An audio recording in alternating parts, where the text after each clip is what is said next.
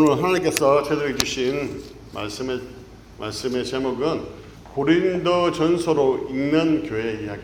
제목을 자꾸 바꿨습니다만은 두 번째, 사랑, 그것이 무엇이냐고 물으신다면, 이런 제목을 함께 말씀을 나누기로 원하는데요.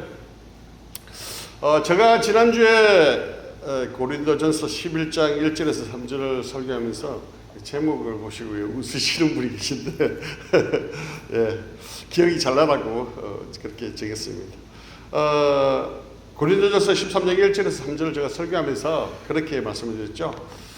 김밥에 다부지가 없는 것처럼, 그리고 찐빵에 앙꼬가 없는 것처럼, 안경에 안경 알이 없는 것처럼, 그리고 사람 몸에 심장이 없는 것처럼, 자동차에 엔진이 없는 것처럼, 나무에 뿌리가 없는 것처럼, 사랑이 없으면 뭐라고요?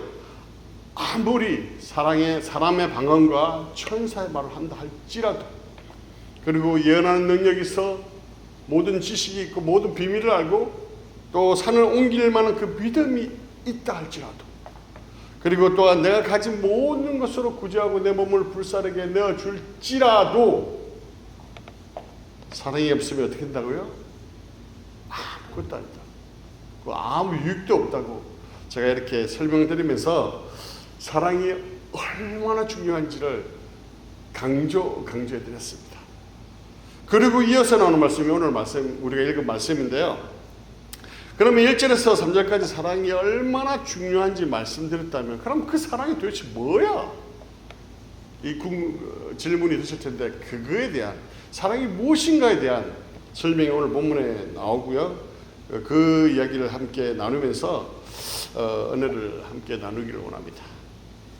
오늘 본문을 우리가 읽어본 것처럼요, 다 암송도 하셨겠지만 본문에는 사랑이 무엇인가에 대한 어떤 정의를, 사전적인 정의를 나타내고 있는 것이 아니라는 것입니다. 실제의 삶 가운데 어떻게 나타나는지에 대해서 설명하고 있다는 것이죠.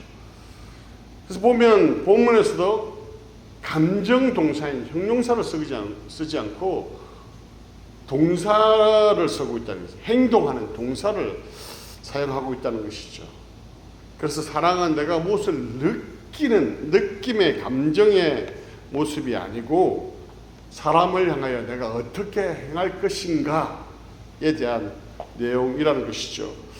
상대편의 어떤 반응, 어떤 조건, 환경, 이런 것에 따른 감정적인 반응이 아니라, 감정에 그래서 종속되는 것이 아니라 내가 선택하는 것이라는 것이죠. 나에게 달려있다는 것입니다. 또 오늘 본문을 보시면 중요한 모습이 나오는데, 두 가지 형태로 나누고 있어요. 어떤 형태로 나누고 있습니까? 긍정문과 부정문으로 이렇게 나눠서 말씀을 하고 있다는 것이죠. PPT 한번 볼까요? 긍정문은 이쪽, 그렇죠? 부정문은 왼쪽, 오른쪽, 왼쪽 이렇게 나누고 있습니다. 그죠? 왜 저렇게 했을까요? 왜냐하면 그냥 긍정문으로 사랑은 오래 참던 거야, 친절한 거야, 이렇게 설명해도 충분히 설명을 할 수 있습니다. 그렇지만 왜 반대적인 이 부정문을 사용했냐는 것이죠.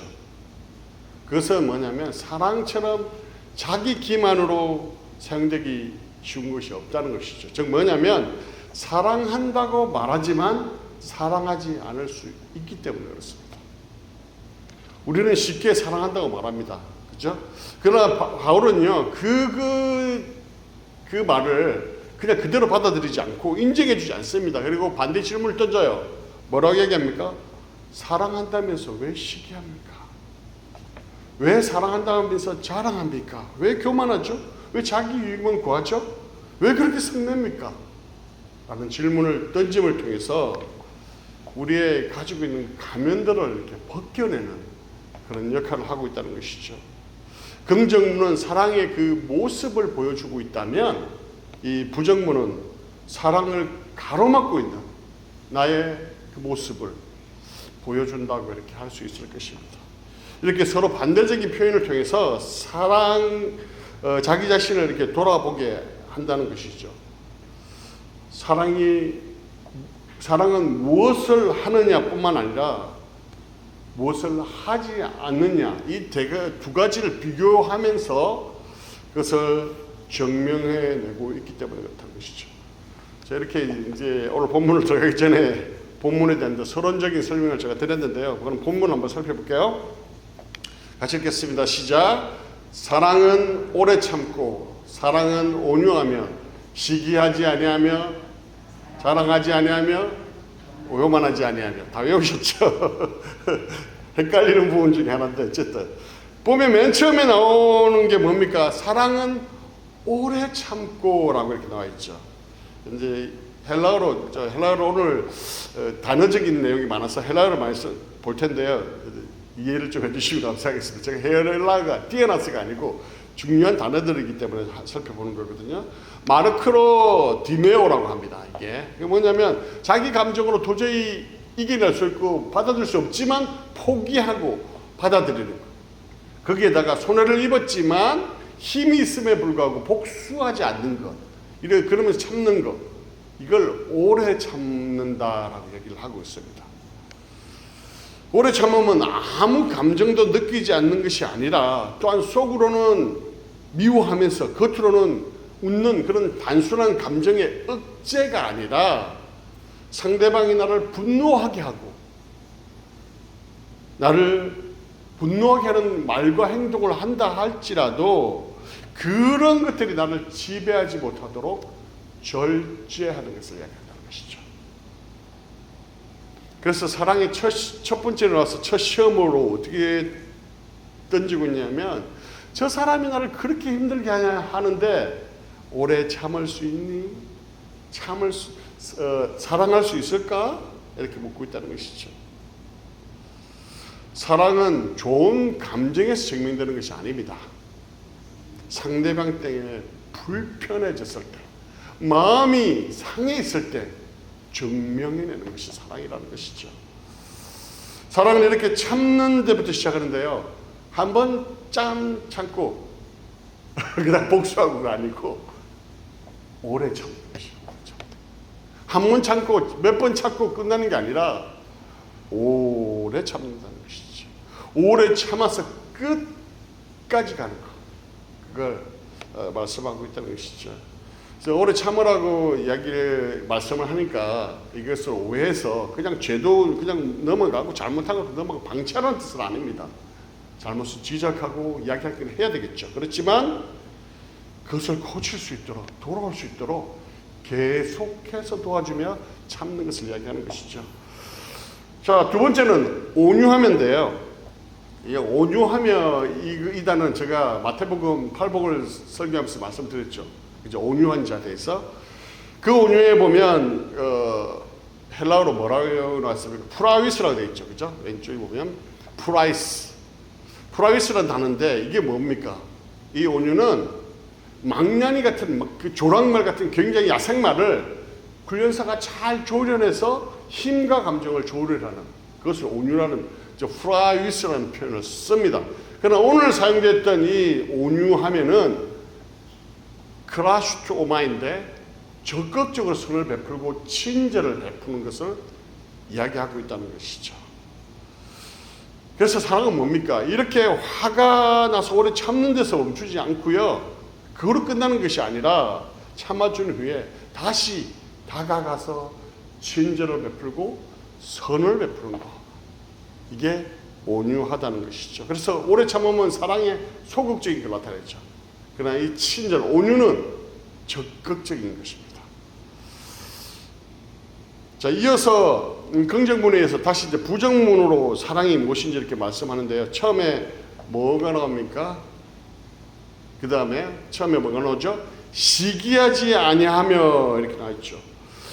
제가 이 본문을 읽으면서 왜 하필 시기라는 단어를 가장 이 바울이 먼저 썼을까?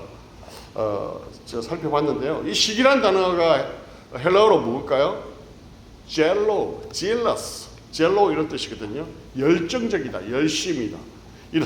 이런 단어인데 원래 열심히 하는 사람이 시기를 합니다. 그 열심히 안 하는 사람이 시기하지 않아요. 근데 자기가 열정을 가지고 열심히 하는 사람이 꼭 이런 시기를 하게 됐죠. 근데 그 열심이 하나님에 대한 사랑이고 다른 사람에 대한 열심이면 이 마음이 생기질 않아요. 그런데 나를 위한 열심이 될 경우, 나를 알아주지 않고 인정하지 않고 받아주지 않으면 그때부터 시기의 마음이 일어나는 것이죠. 내가 더 낫다는 것을 보여주기 위해서 그렇게 하게 된다는 것이죠. 이 시기의 마음에는요, 두 가지 의식이 들어있어요. 우월의식과 그리고 열정의식이 있다는 것이죠. 자기보다 다른 사람이 좀 덜하면 우월의식을 나타내요. 근데 열등의식은 또 자기보다 더 나은 사람이 있으면 열등의식이 나타나죠.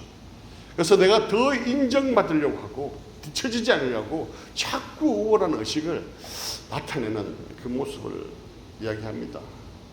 그래서 시기가 딱 들어가면요, 그 마음에 들어가면 주변 사람들이 사랑의 대상이 아니에요.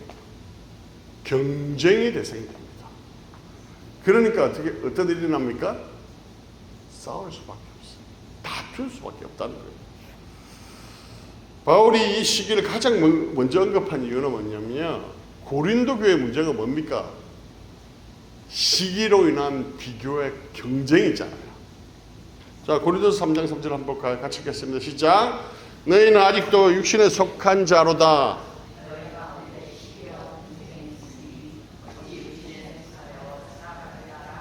그저 시기와 분쟁이 있다라고 바울이 이야기하고 있습니다. 그리고 또 이 고린도 교회가 은사를 굉장히 비교했잖아요. 나는 방언을 해. 나는 예언을 해. 나는 더 중요한, 너희들보다 더 중요한 은사를 가지고 있어. 막 이렇게 이야기하면서 서로 우위를 땄잖아요. 거기다가 또 나는 바울파야. 나는 또 뭐 아볼로파야. 나는 게바파야. 심지어 나는 그리스도파야. 이렇게 막 분열되고 나눠졌다는 것이죠. 고린도 교회의 하나됨을 무너뜨린 가장 근본적인 원인은요, 이 비교 가운데 시기했기 때문에 그렇다는 거예요. 사랑은요, 다른 사람의 그 잘됨을 기뻐합니다. 그러나 시기는 어떤 건가요? 다른 사람이 잘되면 배가 아파요. 마음이 불편해요. 화가 나요. 이게 바로 시기의 모습이라는 거죠. 고린도전서 12장 12절 이유를 살펴보면요, 그리스도의 지체와 몸의 비유가 나오잖아요. 그럼 눈과 귀가 비교되고 손과 그리고 발이 비교되잖아요. 이러니까 시기가 생긴다고 이야기를 하고 있습니다. 그리고 그렇게 됐을 경우 공동체가 분열될 수밖에 없다, 이렇게 이야기를 하고 있죠. 근데 고린도전서 12장 26절에 보면 우리가 하나의 지체임을 설명합니다. 같이 읽어볼까요? 같이 읽겠습니다. 시작. 만일 한 지체가 고통을 받으면 모든 지체가 함께 고통을 받고 한 지체가 영광을 얻으면 모든 지체가 함께 즐거워하느니라, 이렇게 돼 있죠. 한 지체라는 거예요. 그렇기 때문에 그 지체이기 때문에 기능은 달라요. 기능은 다르지만 이 가치에 있어서는 우열을 가질 수가 없죠. 발가락 아프면 몸 전체가 아프잖아요. 손 아파도 전체가 아프잖아요. 그만큼 다 다르지만 다 중요한 가치를 가지고 있고 어느 하나를 두고 너는 필요 없어, 이렇게 이야기할 수가 없다는 거예요.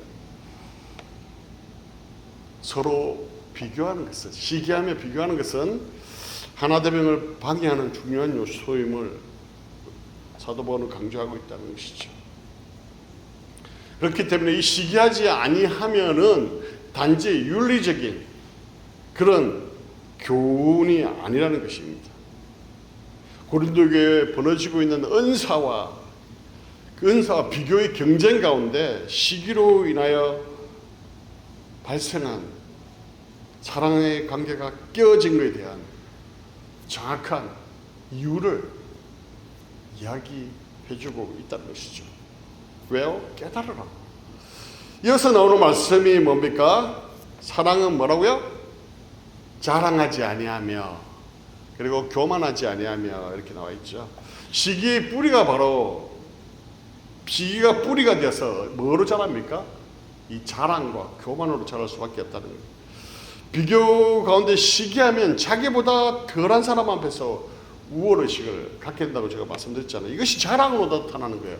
이 자랑하다는 단어는 무슨 뜻입니까? 과장, 페르페르 오마인데 과장하다 이런 뜻이 들어있어요. 자기의 업적, 자기 일들, 자기 행한 것을 막 부풀려 자랑해. 훨씬 낫다는 걸 드러내야 하기 때문에 이게 자랑이라는 것이죠. 교만하다는 단어는 뭡니까? PCO라고 하는데 부풀린다는 거. 자신이 가진 것보다 실제보다 더 크게 부풀려 크게 생각한다는 것이죠. 그래서 이 자랑은 밖으로 드러나는 거예요. 그러나 교만은 뭐죠? 내부적으로 갖고 있는 우월의식을 이야기한다는 것이죠.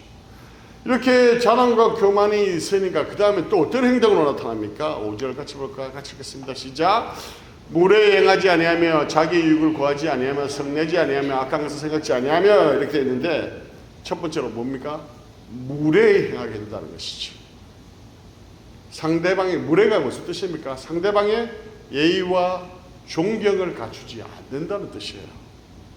당연히 교만해서 우월의식을 가지고 있는데 내가 더 높다고 생각하는데 그 상대방에게 존경과 예의를 갖추겠습니까?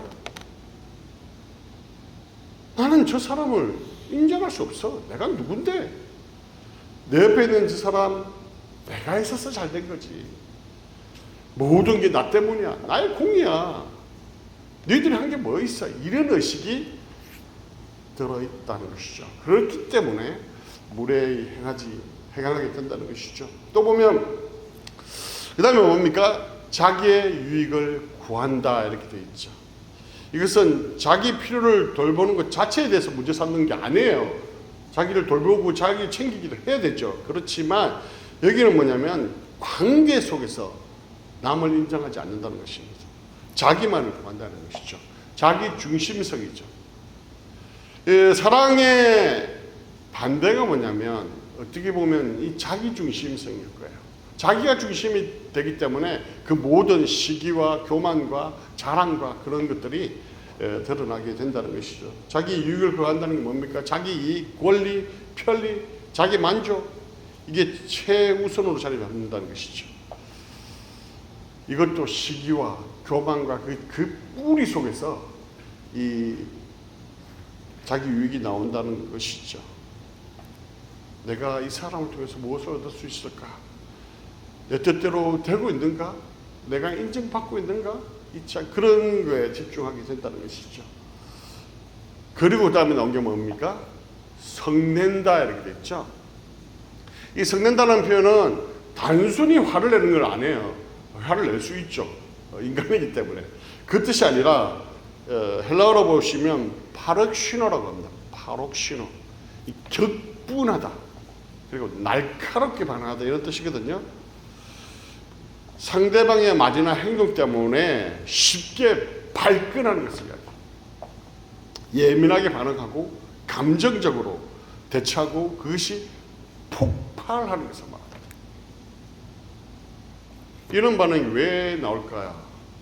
그것은 자기 뜻, 자기 권리, 자기 기대가 침해되고 자존심이 상했다고 생각하기 때문에 그런 것이죠. 내 말을 왜 안 듣지? 나를 어떻게 보는 거야? 이런 생각들이 들어오니까 성내게 된다는 것이죠. 이것도 교만의 그 뿌리 속에서 나온다고 할 수 있습니다. 내가 우월한데 그 우월한 사람이 덜한 사람에 대해서 화를 내게 돼 있어요. 여러분 잘 생각해 보십시오. 화내는 사람들 보면 저 사람이 내보다 덜하다고 생각하기 때문에 화를 내지 그렇지 않은 사람에게는 화를 내지는 않아요. 그 우월의식 때문에 이 성냄이 나오게 된다는 것이죠. 이것이 이렇게 쭉 나열했는데 이게 뭐라고요? 사랑이 아니다라고 바울은 말하고 있다는 것이죠. 그리고 또 뭐라고 나왔습니까? 악한 것을 생각하지 아니하며 하는데 이것은 악한 것을 생각하는 걸 이야기하는 것이죠. 이거 뭐냐면 단순히 머릿속에 bad things, 나쁜 생각을 하는 게 아닙니다. 헬라어로 보시면 로기조마이라고 하는데요. 계산하다, 장부에 기록하다 이런 뜻이 돼 있어요. 뭐냐면 이 악한 것을 생각한다는 뜻은 뭐냐면 상대방의 그 잘못, 그것을 장부에, 마음의 장부에 다 꼼꼼하게 기록해 둔다는 거예요. 왜요? 다음에 꺼내 쓰려고. 즉 앙심을 품는다는 것이죠. 악을 심사숙고한다는 것입니다. 그래서 에베소서 보면 뭡니까? 분을 품을 때 뭐라고 이야기하죠? 자기 전까지 품지 말라고 이야기해요. 자고 일어났으면 없애버리라고 이야기를 하잖아요. 그죠? 이 성되는 것과 연결하면 자기 유익, 권리가 상하면, 인정되지 못하면 그것에 성을 내게 되고요. 성을 낸 뒤에도 상대방이 자신에게 잘못한 것을 요목조목 다 계산하고 준비하고 있다가 어떤 시점이 되면 공격하고 복수한다는 거예요. 이러니 이게 사랑이 될 수 있을까요? 하나가 될 수 있을까요? 어렵다는 것입니다. 6절 한번 볼까요? 같이 읽겠습니다. 시작. 불의를 기뻐하지 아니하며 진리와 함께 기뻐하고. 여기 불의는요 단순히 법적인 불법만을 이야기하고 있지 않습니다. 옳지 않은 것, 악, 죄, 부정함 다 이야기하는데 불의를 기뻐하지 않는다 이런 뜻은 뭐냐면 다른 사람의 잘못 또는 실패, 불행을 보고 은근히 즐거워하지 않는다라는 이야기예요. 이것은 시기와 맥을 같이 하죠. 뭐냐면 시기는 상대방이 성공을 하면 기분이 나빠져요. 화가 나요. 상대방이 실패하면요 은근히 기뻐요. 좋아요, 마음이. 이걸 얘기한다는 것이죠. 악한 것을 생각지 않는다는 것과 연결되는 상대가 나에게 잘못한 것을 마음에 기록해 두고 있으면 그 사람이 어려움이 당했을 때 어떻게 할까요? 내 그럴 줄 알았다. 웃으시는 분 계신데 나한테 그러더니 당해도 싸다. 이렇게 마음으로 이렇게 드러나게 된다는 것이죠. 그래서 이어서 나오는 진리와 함께 기뻐하고, 이거 뭡니까? 반대겠죠. 그 사람의 잘됨, 그 사람의 성공, 그 사람의 기쁨이 나의 기쁨이 되고, 그 사람이 어떤 어려움을 잘 극복했을 때 그것을 함께 기뻐하게 된다는 거예요. 이것이 사랑이잖아요. 그렇죠? 그리고 마지막 7절 말씀은요 결론과 같은 말씀입니다. 사랑이 정말 무엇인지 잘 보여주는 말씀인데 다 외우셨겠지만 같이 읽겠습니다. 시작. 모든 것을 참으며 모든 것을 믿으며 모든 것을 바라며 모든 것을 견디느니라. 아멘. 여기서 보면 모든 것을 참는다라고 하면 이 참는다는 표현이 스테고거든. 스테고. 지붕을 의미해요. 지붕을. 이 지붕이 어떤 역할을 합니까? 덮어주잖아요. 보호해주는 거잖아요. 상대편의 부족함, 약점, 허점을 덮어준다는 거예요. 적당히 덮는 게 아니라 완전하게 철저하게 덮잖아요. 여러분 지붕 덮으면서 구멍이 비 오면 물 들어오라고 대충 덮습니까? 아니요. 철저하게 완벽하게 덮잖아요. 그 뜻을 가지고 있습니다. 그래서 상대방의 약점, 부족한 부분, 허점 다 보이죠. 그러나 그것을 드러내거나 폭로하지 않고 덮어준다. 이런 의미가 있다는 것이죠. 또 그리고 모든 것을 믿으며 이렇게 돼 있죠. 믿는다고 그러니까 아이고 그냥 우리 그리스도인들은 마음 착한 그리스도인이라서 거짓말하고 뭐해도 다 속아주고 뻔히 알면서도 속아주고 그런 뜻보다는요 악하게 처음부터 악하게 의심하고 그 사람이 안 될 거라고 그 가능성을 제한해 버리면서 믿지 않는 것. 그 사람을 선의로 받아들이고 그 사람이 하나님의 하나님께서 그 사람을 통해서 놀라운 계획을 이루어 가실 것이라는 것을 믿는 것, 이걸 믿는다는 걸 말씀하죠. 지금 보기에는 정말 부족하고 연약하고 볼품없어 보이고 하지만 그 사람을 하나님께서 세워갈 것이라는 것을 믿는 것, 이 믿는 것을 이야기하는 것이죠. 그리고 모든 것을 견디느니라, 바람이죠. 바람하면 우리 이 소망교회 이름하고 똑같은 것처럼 소망한다 이런 뜻이에요. 이것은 참고 믿는 것보다 더 적극적인 의미가 들어있습니다. 뭐냐면 상대편의 미래에 대한 적극적인 희망을 가지는 것을 이야기합니다. 지금은 미흡합니다. 부족합니다. 연약합니다. 그러나 그 사람의 미래가 나중에는 바람직하게 될 것이라는 그 소망, 미래를 바라보고 있는 것이죠. 그래서 그것을 대하는 태도가, 말이, 눈빛이, 행동이 틀리다는 거예요. 우리 소망교회를 보면서 그렇지 않습니까? 연약하고 부족하고 권사님들이 기도할 때마다 연약하다, 부족하다, 우리 교회를 살려주십시오 이런 기도를 하는데 그 마음속이 뭡니까? 우리 교회에 대한 그 소망이 있잖아요. 미래를 바라보는 거잖아요. 현재 그 모습에 포기하지 않고 하나님께서 반드시 그 사람을 바꿀 것이다, 그 교회를 바꾸어 갈 것이다 라는 그 소망을 놓지 않는 것, 이게 바라는 거예요. 모든 것을 바라며, 마지막은요, 모든 것을 견디느니라 이렇게 말씀합니다. 이것은 히포메오라고 하는데요. 히포가 아래거든요.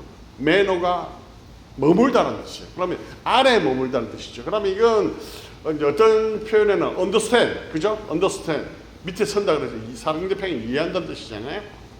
그래서 이 의미에는 뭡니까? 그 아래에 그해주면서 버텨주고 참아주고 인내해주고 포기하지 않고 기다려주는 거, 이걸 이야기한다는 거예요. 그 상대편에 대해서 충분히 이해해서 내가 그 자리에 같이 서주는 것, 그것을 말씀한다는 것이죠.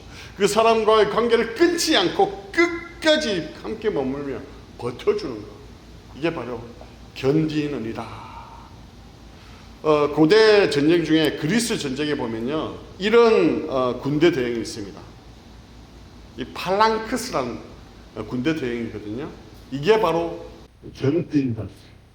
수많은 화살이 날아오고 수많은 돌덩이가 날아오고 많은 군대가 돌격하여 온다 할지라도 서로를 옆에를 믿고 버텨주는, 견뎌주는 것, 지켜주는 것, 이게 바로 사랑이면 견디는다 라는 말씀에 의미가 들어있다는 것입니다.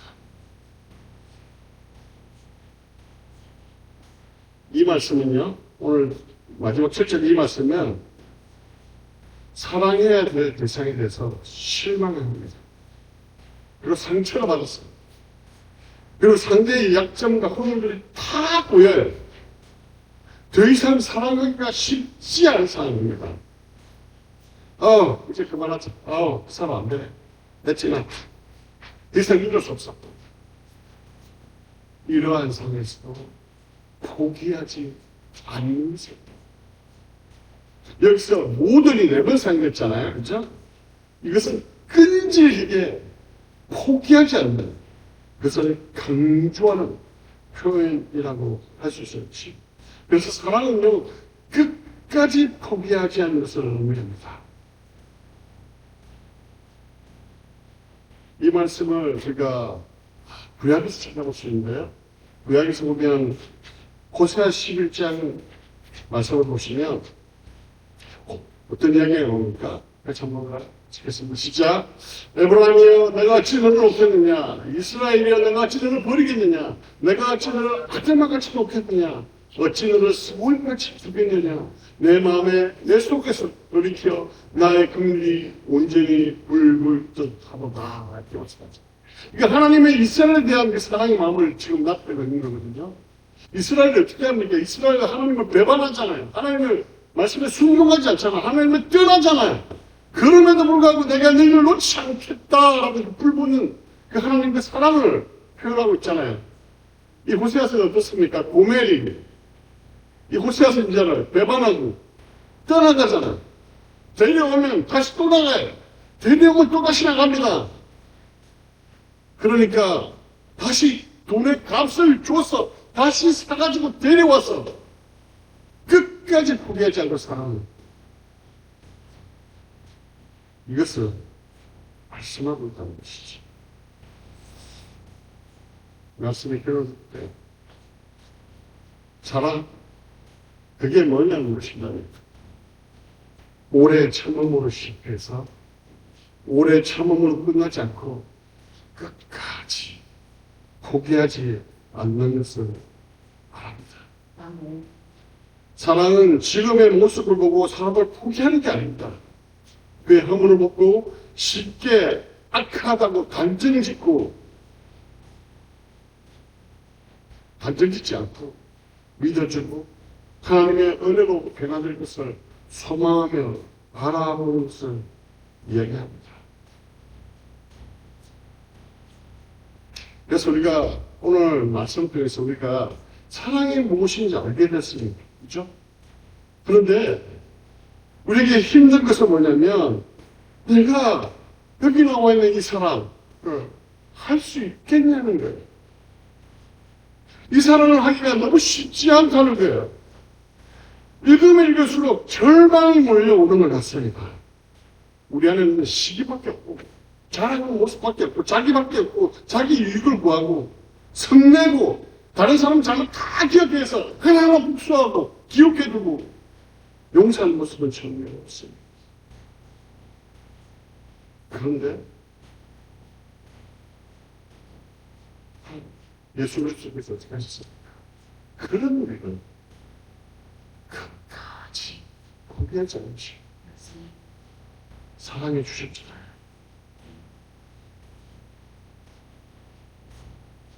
그 사랑은 바라보고 기억해야 하는 것이죠. 오늘 그래서 본문이 말하는 사랑은요, 단순히 열심히 내가 사랑하기 위해서 노력해서 만드는 성품에 대한 이야기가 아니에요. 우리의 의지로, 힘으로 그 사랑을 만들어낼 수가 없어요. 그런 성격이 만들어질 수가 없습니다. 평생 될 수가 없어요. 오늘 본문 한번 여러분 예수님의 이름을 들어서 한번 읽어보세요. 예수님은 오래 참고 모녀시고 참으시고 견디시고 믿어주시고 바라보시고 우리가 해야 할 것은 내가 사랑해야지라고 의지로 결단하고 어떤 도덕적 윤리와 잣대로 나는 했는데 안 돼 포기하는 것이 아니라 이 말씀 읽을 때마다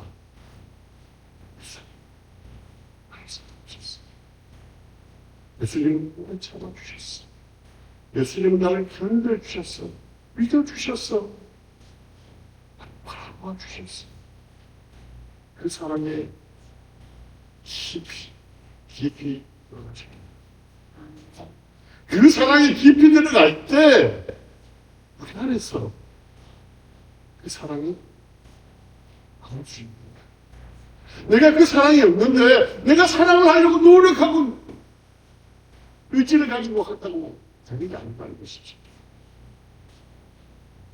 그럴 때마다 하나님의 사랑 안에 계속해서 말씀 가운데, 기도 가운데, 말씀을 암송하는 가운데, 묵상하는 가운데 하나님의 그 깊은 사랑에 계속해서 들어갈 때 그 안에서 저절로 하나님의 그 사랑이 내 안에서 나오는 거예요.